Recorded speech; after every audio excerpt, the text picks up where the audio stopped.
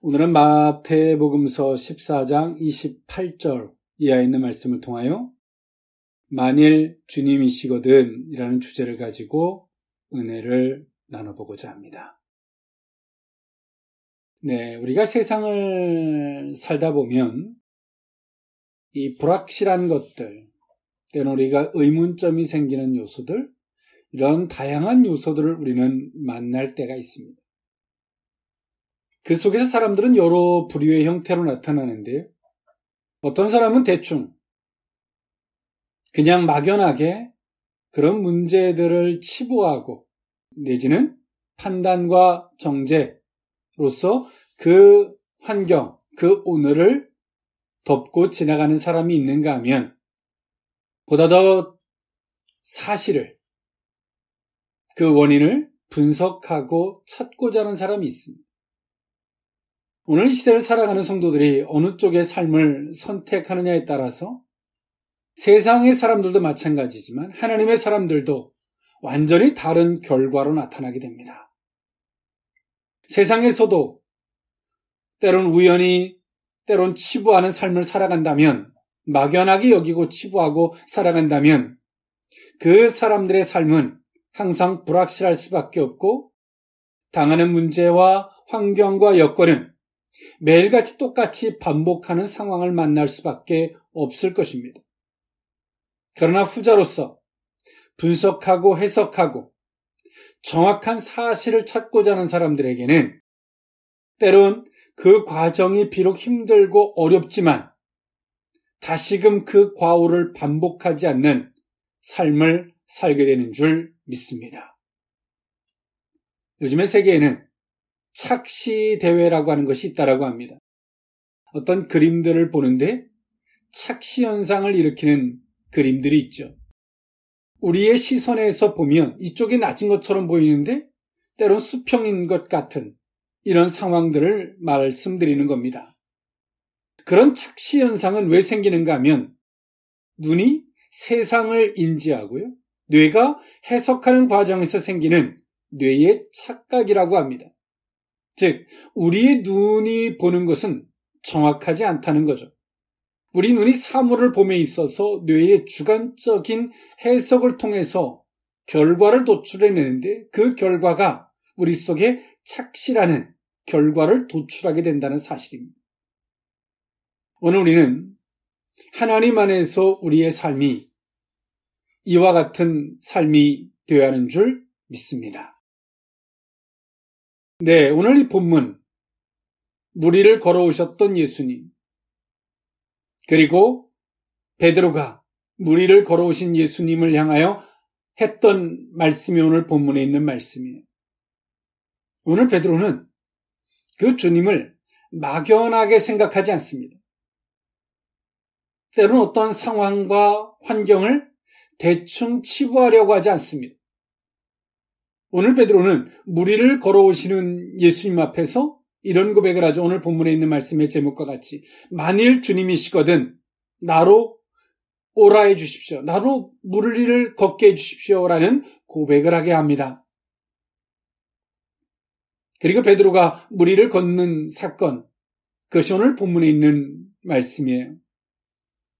오늘 이처럼 베드로도 정확한 사실을 분석하고자 했고 예수님의 실체를 확인하고자 하죠. 막연하게 치부하고 대충 넘어가는 게 아닙니다. 그러다 보면 항상 우리 속에는 두 가지가 양립합니다.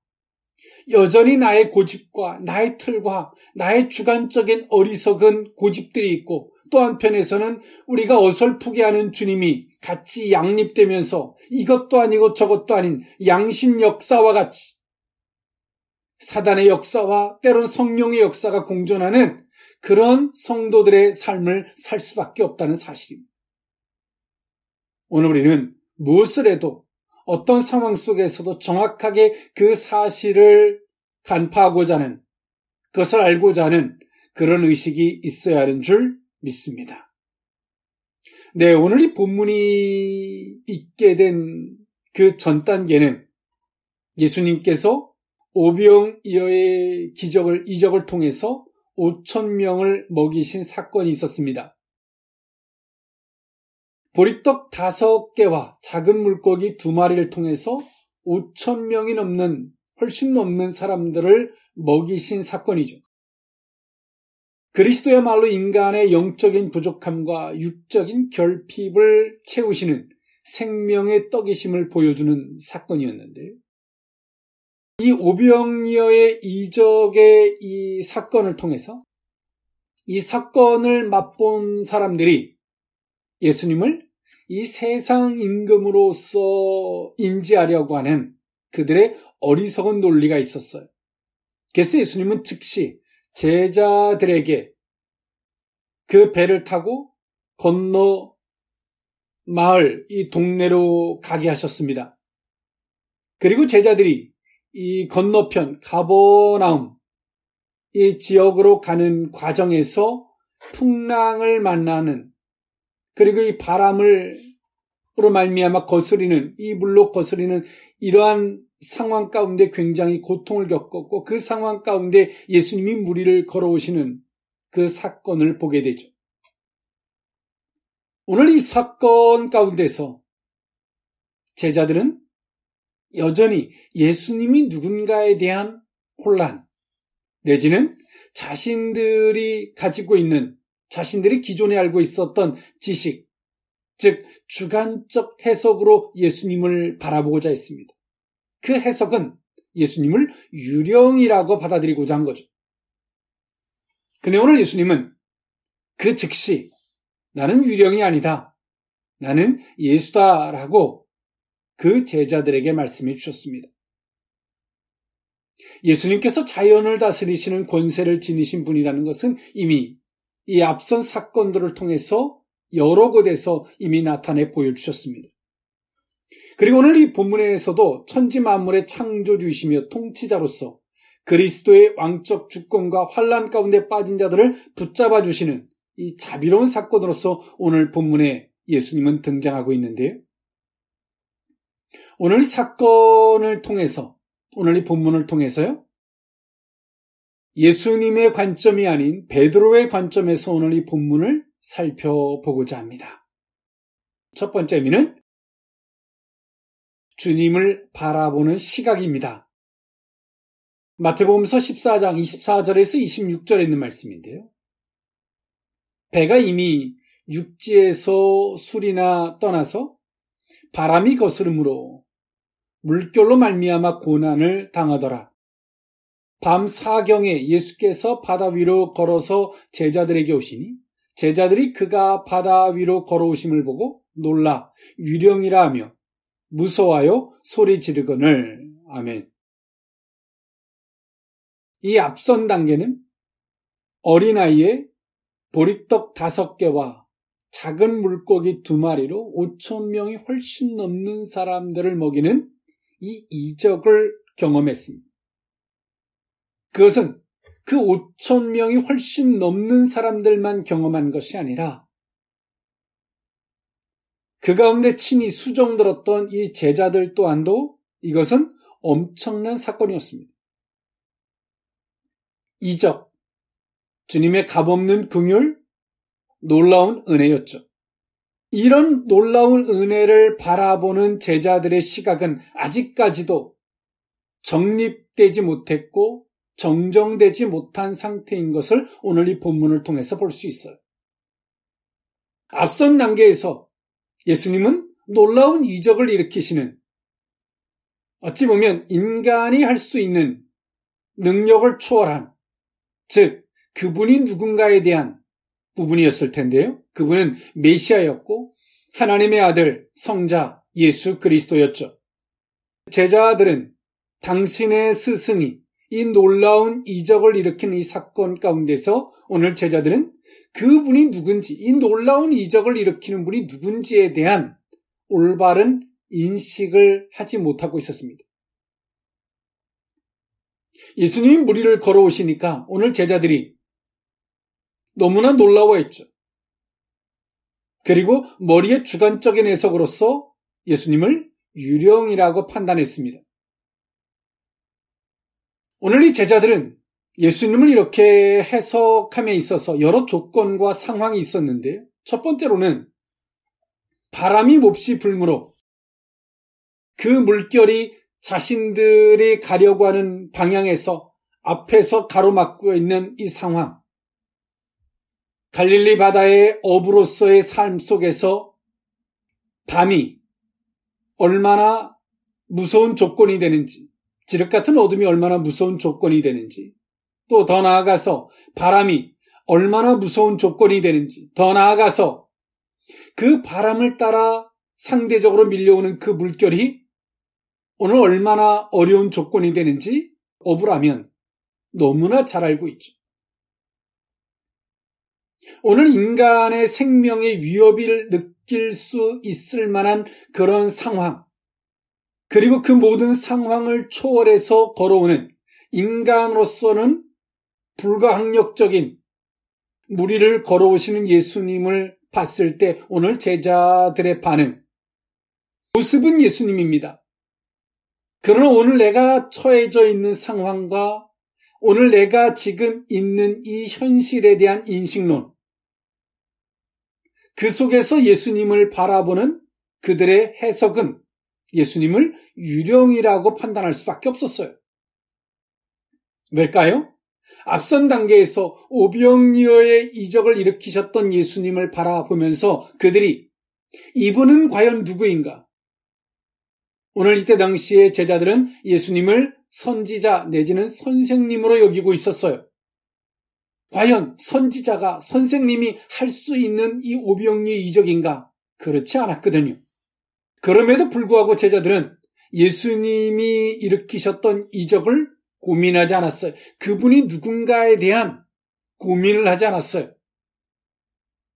당장 내가 내 입속에 즐거움이 있고 내 배고픔을 해결되고 내가 따르는 스승에 대한 위대함, 그거로 족한 거예요. 이 시대를 살아가는 성도들이 수많은 기도를 합니다. 그리고 그 기도의 응답 가운데 우리는 내 목마름이 해결되고 내 배고픔이 해결된 그 응답 속에서 땡큐, 그리고 끝이 생각이 없는 겁니다. 그러니 어리석은 것을 계속 반복하고 살 수밖에 없죠. 주님을 바라보는 시각에 대한 부분으로서 오늘 내가 받은 응답이, 그 은혜가, 그 긍휼이 내가 이제 주님을 어떻게 바라봐야 되는가에 대한 시각에 대한 완성을 이루지 못한 것입니다. 동물처럼 먹고 배부른 것으로 끝난 겁니다. 오늘 제자들이 이와 같은 겁니다. 오병이의 이적을 보면서 내가 따르는 저분이 누군가, 내가 믿는 저분이 누군가에 대한, 저분을 어떤 시각으로 볼 것인가에 대한 자기 속에서의 인식 내지는 정정을 하지 못했어요. 오늘 그들에게 예수님은 즉시 배를 타고 건너 마을로 갈 것을 예수님이 주문하십니다. 왜냐하면 그 오병이어 이적을 본 사람들이 억지적인 인간적인 시각으로서 예수님과 제자들에게 접근했기 때문이죠. 오늘 제자들은 생각을 해야죠. 왜 예수님이 즉시 이적을 일으켰으면 그 자리에서 얼마나 크나큰 영광을 받을 텐데 예수님 왜 즉시 그 자리를 떠나시려고 하시는지, 오늘 자신들을 왜 떠나라고 하는지 그 의도를 살펴야죠. 그러나 제자들은 생각이 없어요. 어찌 보면 수동적인 로봇과 같습니다. 시키니까 한다는 거예요. 생각이 없는 거죠. 그리고 이 오병이어 이적을 보면서 주님을 어떤 시각으로 바라봐야 할 것인가에 대한 생각과 고민도 없습니다. 오늘 이들은 얼마 시간이 못 돼서, 오늘 성경은 제4경이라고 말하는데 이것은 새벽 3시에서 6시경을 가리킵니다. 이 새벽 시간에 지륵 같은 어둠 속에서 바람을 맞닥뜨리고 물결과 맞서는 상황 속에서 무리를 걸어오시는 예수님을 봤을 때, 오늘 앞서서 그 예수님에 대한 시각을 올바로 정정했다면 오늘 이들은 예수님을 향해서 유령이라고 머릿속에서 해석을 하지는 않았을 것입니다. 사랑하는 성도 여러분, 오늘 우리는 이 시대를 살아가면서 얼마나 크나큰 착시 속에 살아가는지 모릅니다. 우리의 눈으로 보는 것은 정확하지 않습니다. 불확실하다는 겁니다. 우리가 눈으로 보는 것이 완벽하지 않은데 그 속에서 우리의 머리로서, 내 경험으로서, 지식으로서 해석을 하니 그 해석이 우리에게 오류를 낳게 만드는 것입니다. 오늘 제자들도 마찬가지였어요. 분명히 얼굴을 보니 예수님이십니다. 그런데요, 한 번도 무리를 걷는 사람을 본 적이 없어요.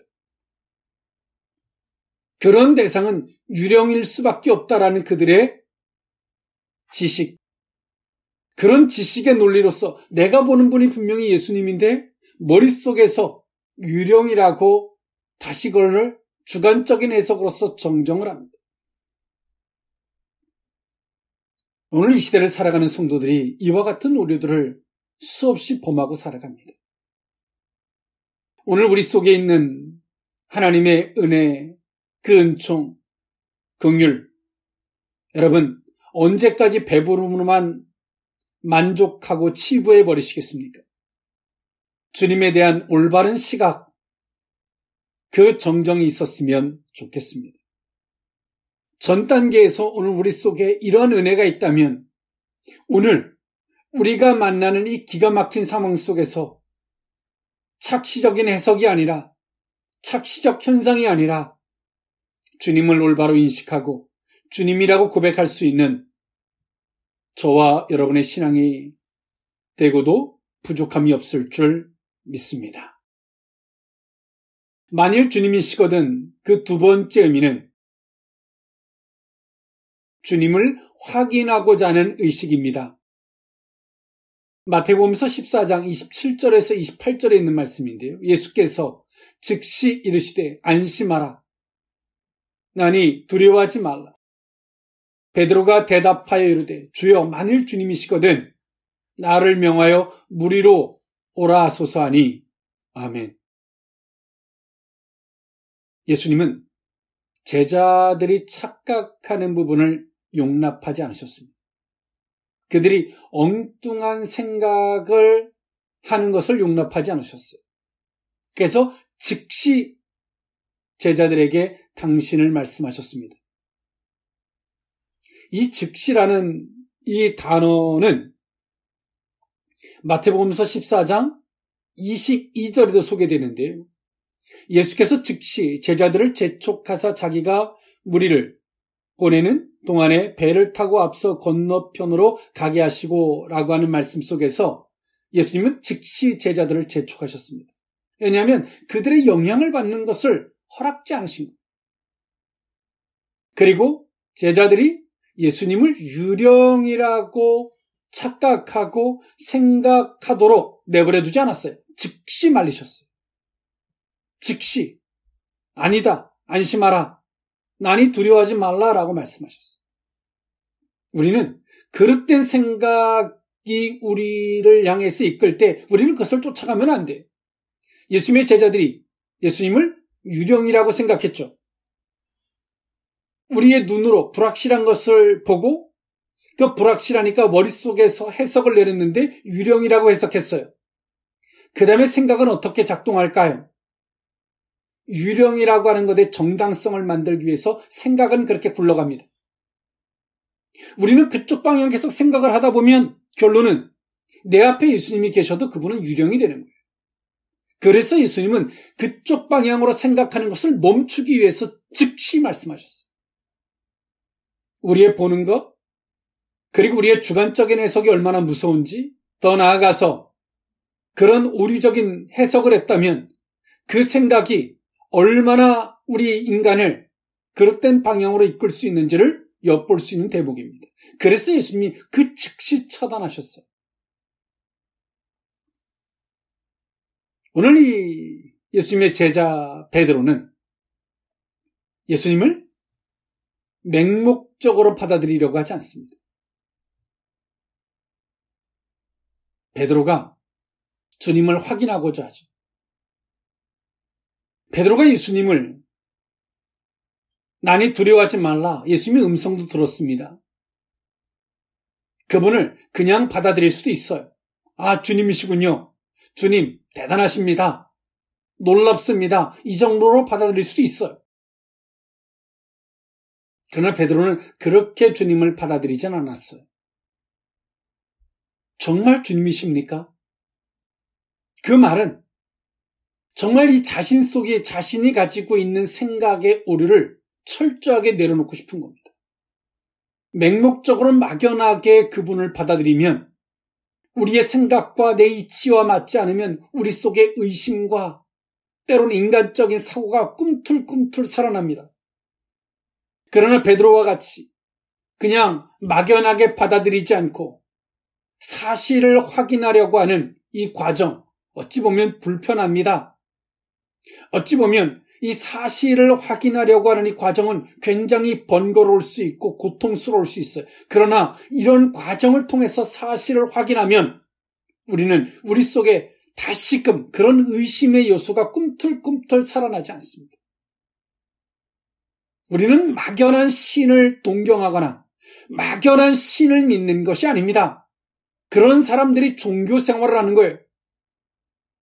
인간적인 생각과 하나님을 믿는다. 또 그 속에서 또 교회 다니는 사람들이 나를 뭐라고 볼까? 이런 거추장한 논리를 가지고 교회를 다니는 거예요. 그런 사람들로 말미암아 교회가 교회로서의 능력과 하나님의 권세가 잃어버려지는 것이죠.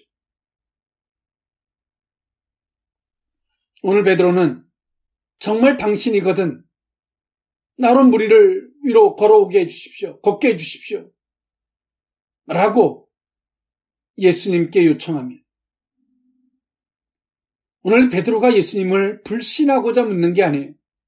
자신 속에 있는 그 불신을 제거하고자 사실을 사실로 확인하고 믿음을 온전한 믿음으로 갖고자 예수님께 이렇게 요청을 하고 있는 겁니다. 왜냐하면 베드로는 특별히 갈릴리 바다에서 태어났고 그 바닷속에서 어부로서의 삶을 살면서 물이 어떤 존재인지 바람이 어떤 존재인지 그 속에서 인간이 얼마나 초라한 존재인지 연약한 존재인지를 너무나 잘 알고 있었기 때문에 그냥 받아들이기는 어려웠죠. 그리고 베드로는 요청합니다. 사랑하는 성도 여러분, 하나님에 대하여 여러분 어떻습니까? 막연하게 아유, 당신은 놀라우신 분이십니다. 당신은 전능하신 분입니다. 그러나 나는 아닙니다. 내지는 우리 속에 여전히 그 불편한 요소들, 이성적이고 인간적으로 그 계산적으로 오는 그런 요소들이 있는데도 그걸 꾹 누른 채 다른 사람들이 보면 뭐라 할까? 창피하진 않을까? 하나님을 생각한답시고 하나님, 그래 믿어요. 이런 삶을 살지 않으십니까? 오늘 그런 삶을 사는 사람들 속에는 그 속에 가증함이 있고 하나님을 의식하기보단 사람들을 의식하고 사람들에게 인정받고자 하는 신앙과 종교가 혼합되어진 양심에 화인맞은 자 같은 삶을 살 수밖에 없습니다. 주님을 확인하고자 하는 오늘 이 베드로의 이러한 의식은 훗날에 오늘 베드로는 사도들의 정신적 지주 같은 역할을 하죠. 사랑하는 성도 여러분, 어떤 삶을 살기를 원하십니까?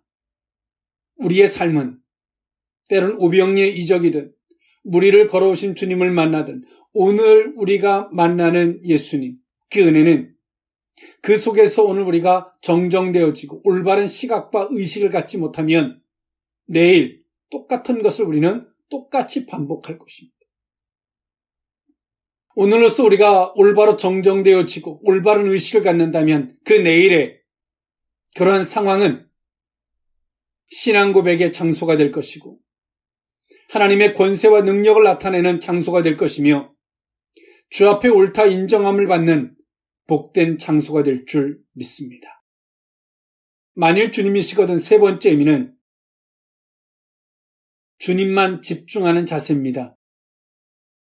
마태복음서 14장 29절에서 32절에 있는 말씀인데요. 오라 하시니 베드로가 배에서 내려 물 위로 걸어서 예수께로 가되 바람을 보고 무서워 빠져가는지라 소리질러 이르되 주여 나를 구원하소서 하니 예수께서 즉시 손을 내밀어 그를 붙잡으시며 이르시되 믿음이 작은 자여 왜 의심하였느냐 하시고 배에 함께 오름에 바람이 그치는지라. 아멘. 오늘 베드로는 주님을 확인하는 그 과정을 요청했고 주님은 베드로에게 허락해 주셨습니다. 베드로가 불신을 위한 불신이 아니라 온전한 믿음을 위하여, 올바른 믿음을 위하여 주님께 요청했기에 주님은 그것을 승낙해 주셨어요. 그리고 물 위로 걸어오라 라고 말씀해 주셨습니다. 베드로는 한 번도 듣도 못한 상황이었고요. 그리고 그가 갈릴리 어부로서의 삶을 살았던 베드로의 상황 속에서는 오늘의 지금 이 순간의 그 상황은 놀라움, 기적 그 자체였죠. 그러게 베드로는 주님만을 바라볼 수밖에 없었고 그는 예수님이 물 위를 걸어오셨던 것처럼 베드로 또한도 물 위를 걷습니다. 그러나 얼마 가지 못해서 베드로는 물속에 빠져갑니다. 그 이유를 성경은 뭐라고 말하냐면 마태복음서 14장 30절에 바람을 보고 무서워서 빠져갔다라고 이야기합니다. 베드로는 조금 전까지만 해도 예수님만 바라봤고 예수님만 집중했습니다. 그 속에서 자기 속에 불완전함이 있을지라도 그는 바람과 물을 바라보지 아니하고 주님께 그 불신의 요소, 의심의 요소를 제거하기 위해서 예수님 앞에 간구하던 베드로였습니다. 그가 물 위를 걸어가면서 주님만 바라봤지만 한순간 바람을 보기 시작합니다. 베드로가 바람을 잘 몰랐다면 무서움을 느끼지 못했겠죠.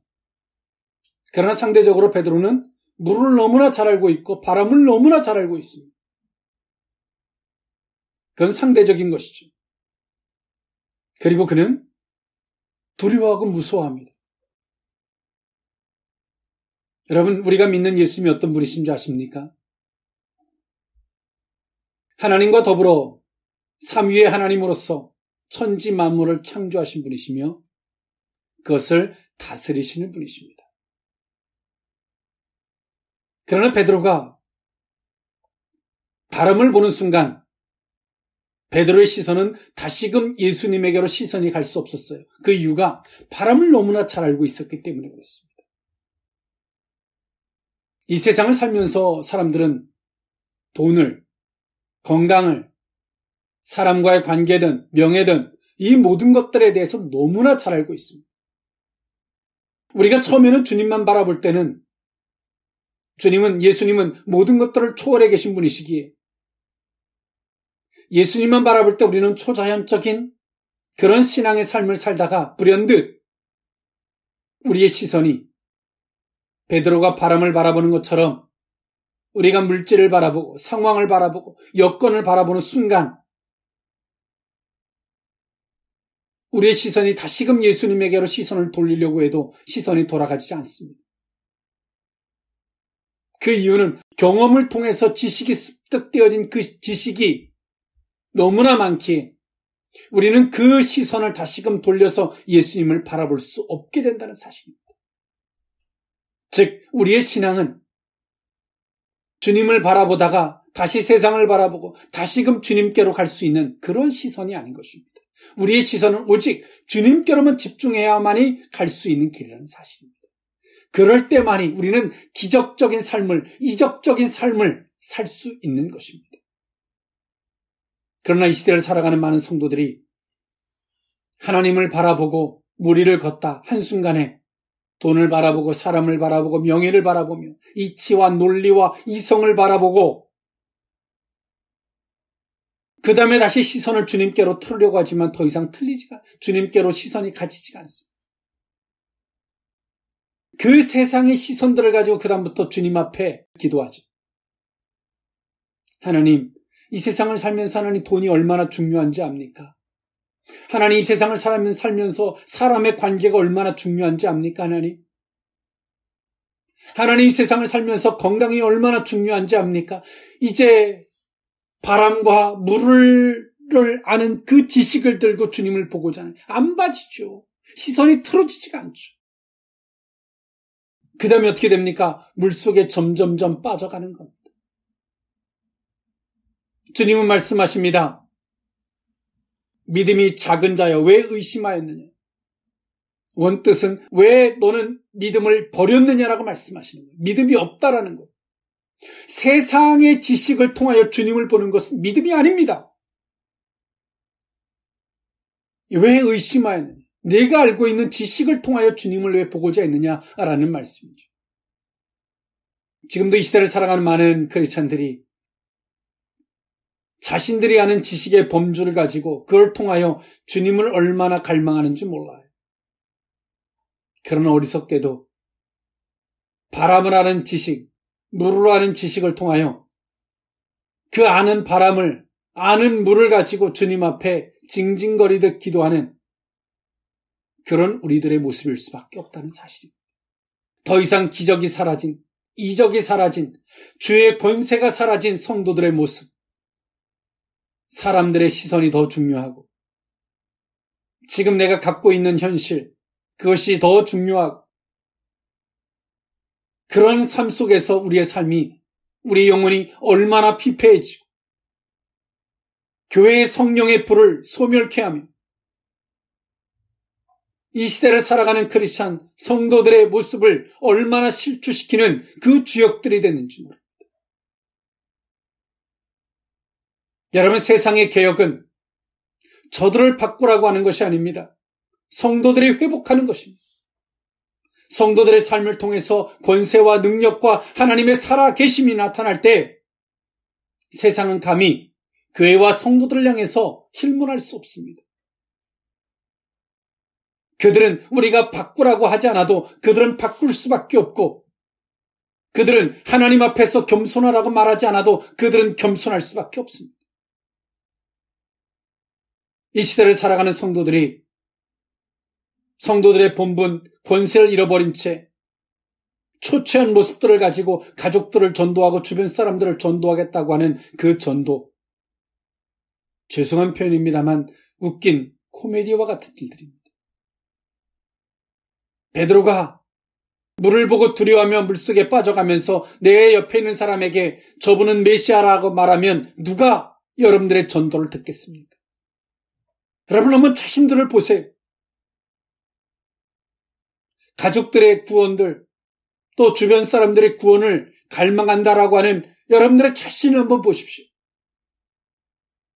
물속에 빠져가면서 두려워 떨면서 때론 징징거리듯 하는 우리들의 신앙의 모습들이 내 주변 사람들에게 무슨 말을 한들 여러분 그 사람들이 듣겠습니까? 성도들의 회복이, 성도들의 온전함이, 그 성도들의 삶이 전도가 되는 것입니다.